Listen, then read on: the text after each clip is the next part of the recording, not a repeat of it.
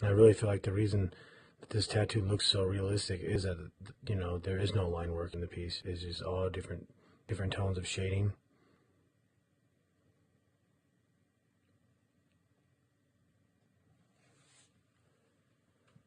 Getting there with a light wash real quick for that bottom finger.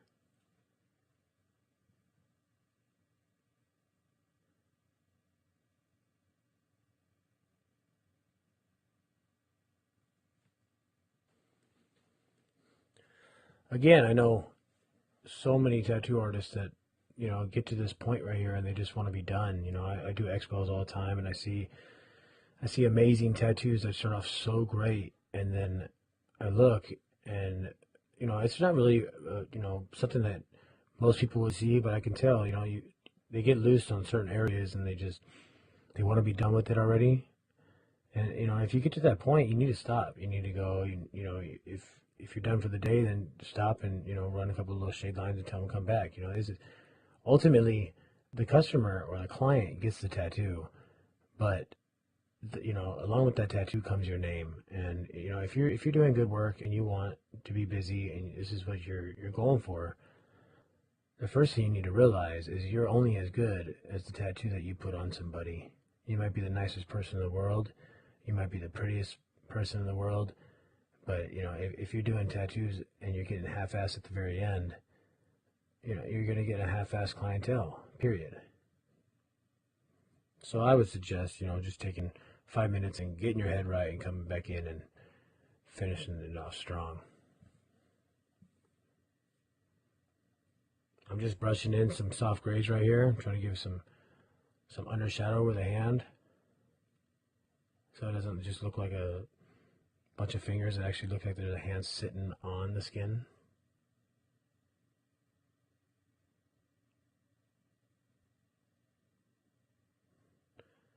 And of course the hand, it has arms, but being that they go to both sides of the tattoo, that they're both going to just fade off into the distance, just like the rest of the tattoo did.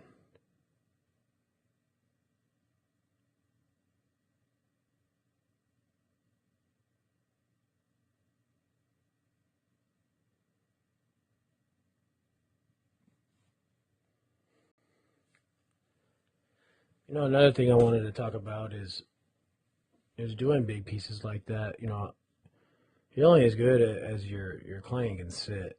And so if you ever get to the point where your client is just unhappy and can't make it anymore, and you got a half hour left or so, and you want to get the piece done, the only thing that I found that works as far as a numbing agent is Bactine, and I pick it up from Walgreens or CVS. And how I usually normally use it is I'll clean the area, I'll spray them down with some Bactine, and I'll put a paper towel over it. I'll spray the paper towel down, and then I'll wrap up the area for 5 minutes with cellophane or saran wrap. And it only works once the skin has been broken, once it's been opened up already, been tattooed. I predominantly use it when I'm doing white on big pieces because, I've been tattooing on somebody for six hours, and then I got to go back over it again and do all the white highlights. That's not a fun thing. I've had it done to me, and you don't enjoy it, but it's got to be done when you're doing tattoos, especially if you're at an expo like out of town or something. You're not going to be around to touch things up or have them come in 3 weeks to check it out. So you got to finish the piece. And Bactine has been a lifesaver numerous times. People are trying to tap out. I pull it out. I spray them down. They say, "What is that?" It's a little bit of magic in a bottle. Don't worry. And 5 minutes later, I get back in. It just, it doesn't make you completely numb, but it just takes the edge away. It gets you through another half hour or so, and you get the tattoo done. You get the picture of it. You get a happy customer, and you go from there.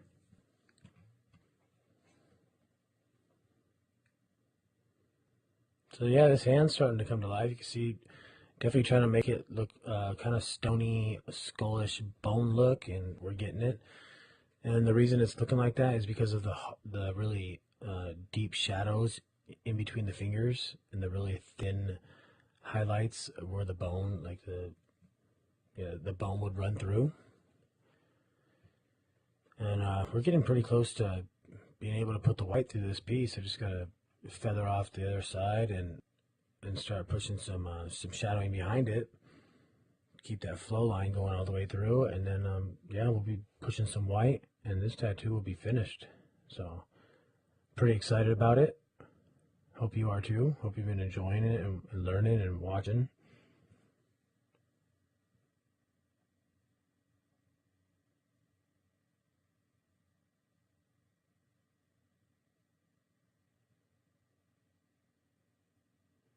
Just coming through with that the edge of that mag right there and getting that fingernail just not all the way through, because there's a lot of light that's hitting this hand, but just from the edge all the way up, and it just kind of tapers off right before it would hit the line, as you can see.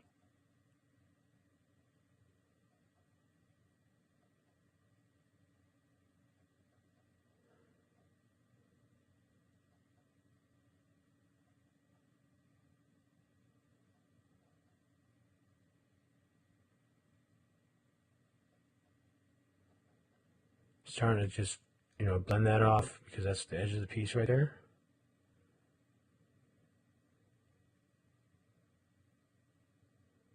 Tattoo's looking really good, really realistic. Definitely not the time to get loose and start not caring about how things are going to look.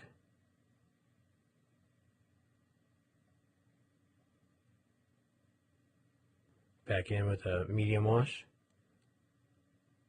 Get some shadows under the fingertips.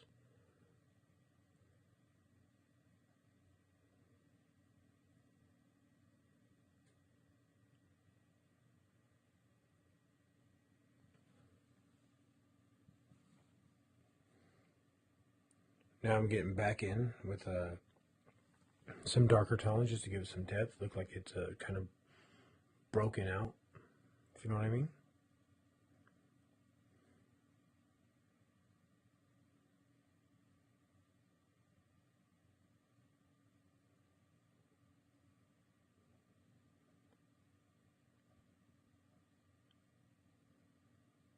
Just going to go through with the liner and just tighten up a couple little spots that need some depth.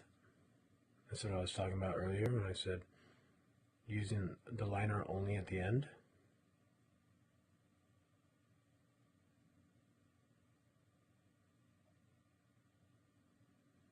You can see just those quick lines right there really emphasize and create some depth when you use them this way.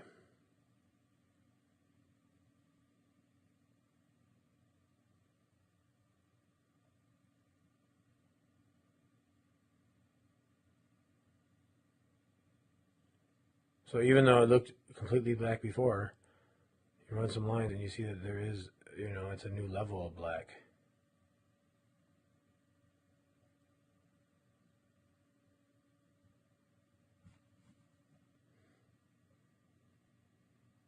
Alright, so the tattoo's done practically, except for, these flow lines that we drew on earlier. So I got the 15, and I'm just magging in some really, really soft grays. Try to give it a little bit more direction, because if I just left it like that, it would look okay, but it wouldn't look unbelievable, and that's really what we're looking for, is unbelievable. So I'm just following that negative space line that was, comes from behind the hand all the way through to this side, into my light wash and into some water, and I'm following it through right through here on this side also.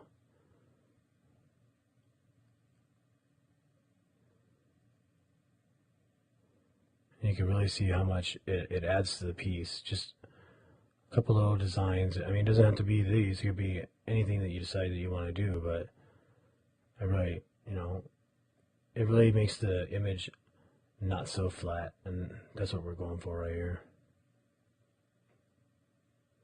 Got in with some black just to give it a little bit more depth coming from behind the hands.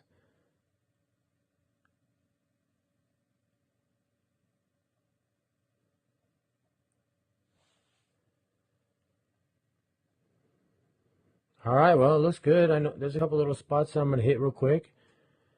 I just need to tie in and just add a little bit. But one thing I am gonna do is I'm gonna personalize the girl's face. I'd say 80% of all the evil, dark things that I do have cracks in their face. It's just something I like to do.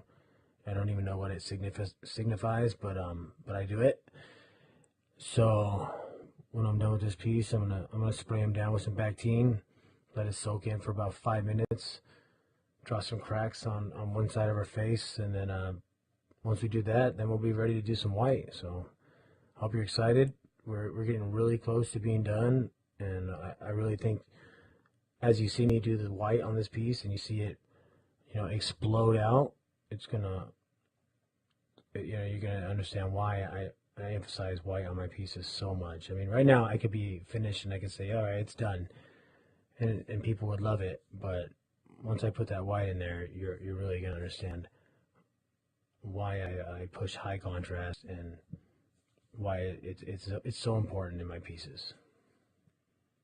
I'm just spraying them down with some Bactine real quick, trying to relieve some of that, pain. I put a good little amount on him because, he's been sitting for 6 hours and I know how that feels. So I'm gonna go ahead and dry it off real quick, start drawing some cracks on him and the guy's face, and we'll go from there. Then we'll get the white done and you'll have your tattoo. So I'm gonna dry him down and I'm just gonna draw on the skin. I'm pretty good at just freehanding these little things. Been drawing them for a little while.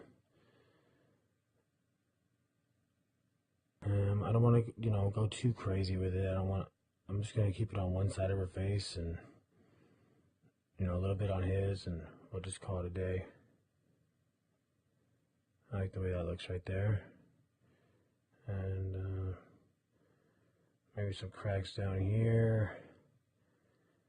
Down here. I don't know if I like the cracks on the guy's face. I think I'm gonna take them off. Yeah, I think it's just gonna be a little too much. We'll just keep the cracks on the girl's face, and this is, again, this is you being an artist and you deciding what you think is best for the piece itself. So I'm grabbing the 9 mag and I'm just gonna mag these cracks in. I definitely don't want them to be too bold or anything. So I got like a dark medium wash, and I'm just really, tracing them down using the edge of the mag, and spend a little bit more time on areas where I want them to be dark, and the other ones I'm just barely breaking the skin, just going through it and trying to create some realistic cracks like that. Now, if I would have done that with a liner, I think it would have looked a little too bold all the way through. This way, I always do them like that. I just, I come through, spend a little bit more time in the center where they meet, and the other places they just break off into nothing.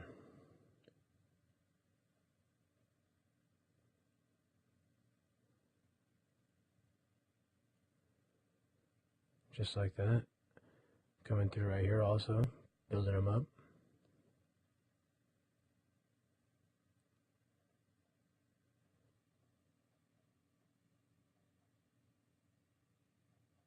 Alright, yeah, we're jumping down here.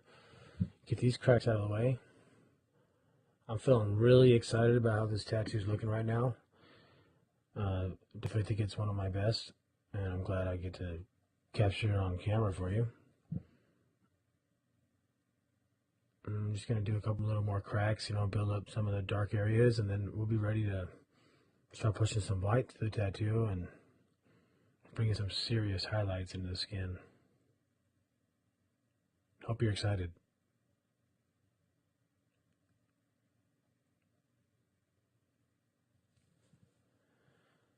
That is our finished product before the white, and now we're going to go ahead and rinse off the machines that we will be using the white with, which will be the 9 mag and our 5 liner.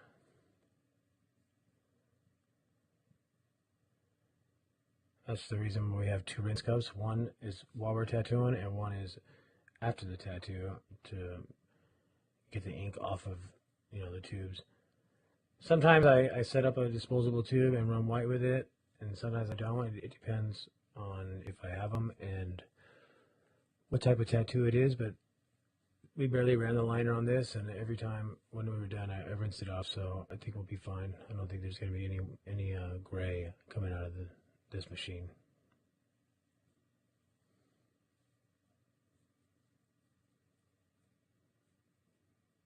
One more clean wipe down. I want to make sure that all the ink is off the skin before we start doing the white.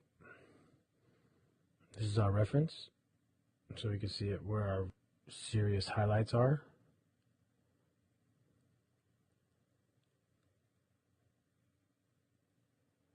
So I'm going to start with our left eye, and I'm going to get right into that very first dot.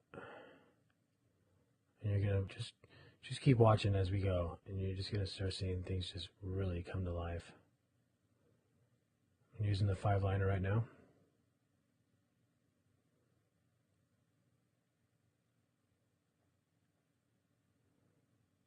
Obviously there's going to be more light source on this side, being that the light was to the right of her face.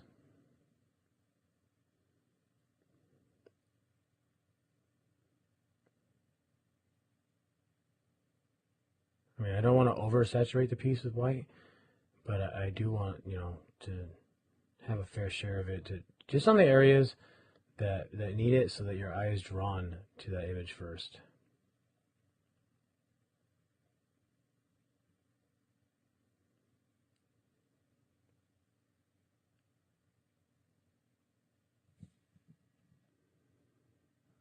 All right, those eyes look amazing.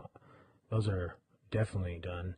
I'm gonna come through with some white and get these cracks raised up off the skin with some highlights. And I think the best thing I could say about doing any kind of like stonework or anything is don't overdo the white. You know, there's really not like a certain side that I put the white on. It's just I kind of just you know, picture how if this was cracked and this part was lifted up and this part was lifted up, how the light would fall on the image. And so, you know, don't oversaturate it. You know, a little bit, sometimes less is more. And so I'm just going to come through and give it a little bit of white here and there for some highlights and raise it up off the skin.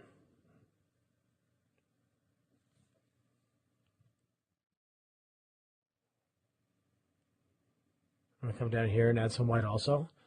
I'm going to make sure not to go into the shadow of the cheek, because you definitely would not see any white in that part. You know, as you're doing this, you got to remember where the white would have been and where you would see it if the light was reflecting. So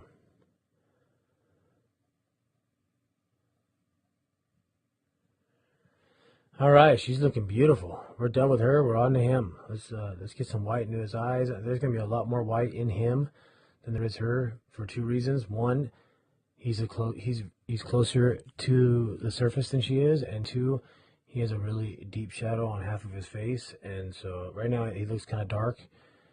But once I get this white in here, he's really gonna lighten up, and it'll all make sense.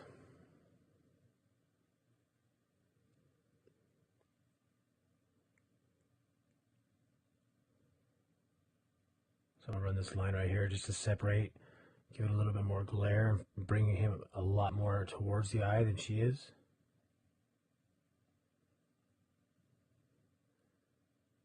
Bring this lip out a little bit. There we go.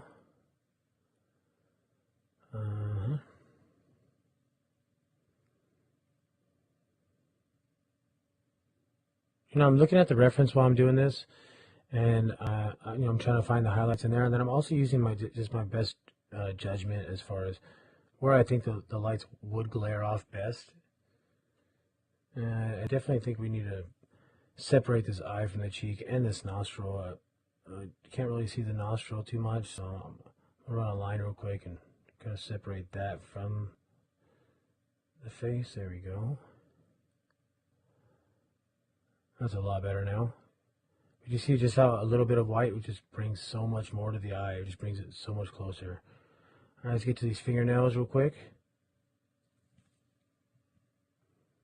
Again, I don't want to oversaturate the piece with white, but I do definitely want to put enough in there that you know, it brings a lot more glare, especially with these bony hands. I'm going to be coming through and just kind of like sculpting a big wide area where the knuckle would be, and then just kind of coming off and bringing more direction towards the tip of the fingers and the back where the knuckles actually start. And I'm building up my knuckle glare.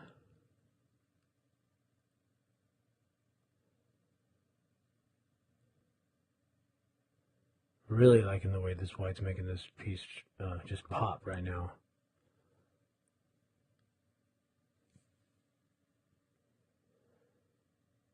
Alright, a couple little spots, and I think we actually might be done. I'm going to give it a wipe down and see if anything needs to be hit real quick. And yeah, one little spot does, so we're just going to, a little bit of white right here, and this tattoo is now finished. I hope you love what you see, and I hope that you've learned something, and, you know, if you have, let me know.